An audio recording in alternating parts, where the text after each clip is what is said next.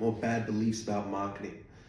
The algorithm is killing my reach. There's nothing I can do. Okay, so again, when it comes to the algorithm, because algorithms can be complex, so I empathize with this statement, this belief that people say, like, the algorithm is messing with my stuff, so there's nothing I can do.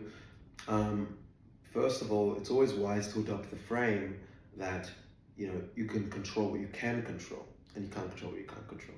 So can you specifically control the algorithm that's created by millions of pieces of data per second being processed, and essentially $1 billion company that's transacting trillions? Probably not. What you can control is how many things you test. So for example, this is a new video format. I'm testing it. Me and my team are going to get back to me. By Monday, they're going to let me know what the dates are for the videos that come out. And then the week after, we're going to have a debrief on what worked and what didn't. Right? So you want to be testing. Ty Lopez has taught me this. Like, the person that tests the most will win in business. And a lot of people don't test that much. I think they do, but they don't. And that's the reality. So if you feel that the algorithm is messing with you, very simple solution: test more. Game is game.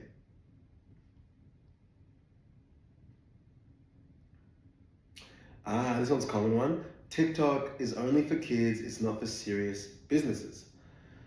TikTok is only for kids, not for serious businesses. It depends how you use TikTok. I could say the same for YouTube. Did you know on YouTube that in terms of categories, the channels that get, highest CPM, not CPM rather, they get paid the most per 1,000 views, are financial YouTube channels. But some of the biggest and most popular YouTube channels in terms of topics and industries are politics and kids' toys. Politics and kids' toys. So that's YouTube. How many people say YouTube is just for kids? Not as many people compared to people that say TikTok is just for kids. So when it comes to TikTok, I know people that have tutoring companies that get a lot of their lead flow from TikTok.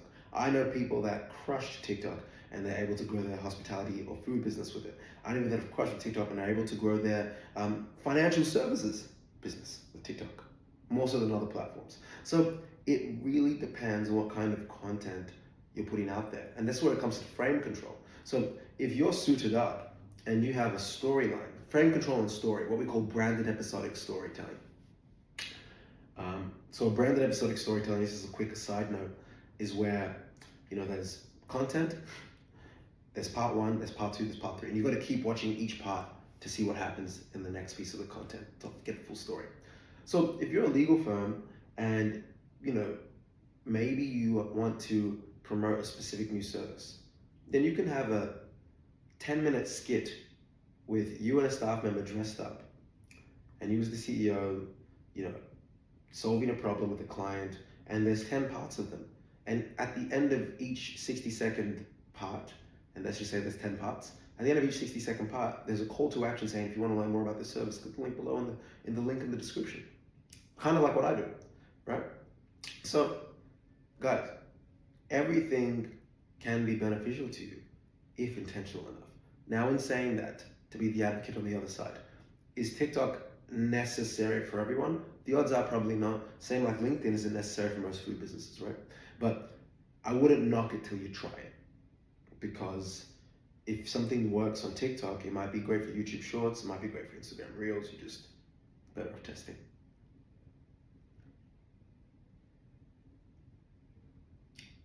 If my product is good, I don't need marketing. Short answer is no, but also yes. But for most of you watching this, short answer is no. Relying just on a product that's good.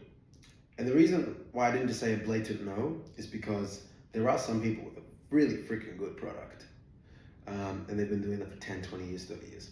But if you've got a business that's sub 10 years old, even if it's crushing, all you need is one rapid change in behavior, and that might completely stall your business, and you'll have to pivot and find a new source of lead generation or customer inflow, right? So having a marketing system isn't just to get more customers and get more sales and to grow the business. Sometimes it's to actually protect it from potential collapse. Because what if another, Corona comes back like it did in 2020? What if another thing happens, world war? Like, you need to be able to diversify your inputs and outputs, and that's what will keep your business long term. That's my succinct answer to a common misconception for most people that shouldn't even be saying that in the first place, to be honest with you. Marketing is manipulative, absolutely, and everything is manipulation. You watching television, watching a TV show, to you, if you watch that TV show, it's whatever, it's a regular TV show or a cartoon.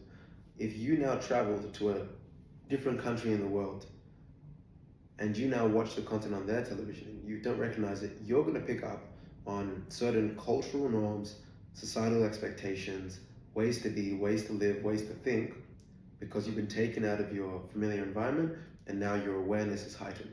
So now you're like, whoa, this show is brainwashing these kids or these people in this part of the world. It's the same everywhere. So marketing, just like communication, just like going to school, when the school bell rings and that signifies, hey guys, it's time to wrap up. Don't you think it's interesting that you go to school at 8 to 9 a.m. or 7 a.m. and then you finish school around 3:30, 4 p.m.? What is that similar to? Working a full-time job, social conditioning. You get to a job at 8 or 9 a.m. and then you finish that job around 5 p.m. So you're basically practicing 80 to 90% of dressing up, conforming, having a bit of a break time instead of one lunchtime in the middle of the day, which is what most corporate offices do. At school, it's just 2 or 3 break times in between, snack and lunch. So everything's manipulation. There's good and there's bad manipulation. Marketing, when done right, is good, healthy manipulation. But everything is manipulation. Don't try to ride on a high horse, because if you have children and you're watching this, you've definitely manipulated your child to do good behaviors, and that's a good thing. So do the same for your customers, and do the same for people that need what you serve, because people in the world are actively searching and in desperate need for what you offer. If anything, it's selfish that you didn't manipulate them ethically to pick you.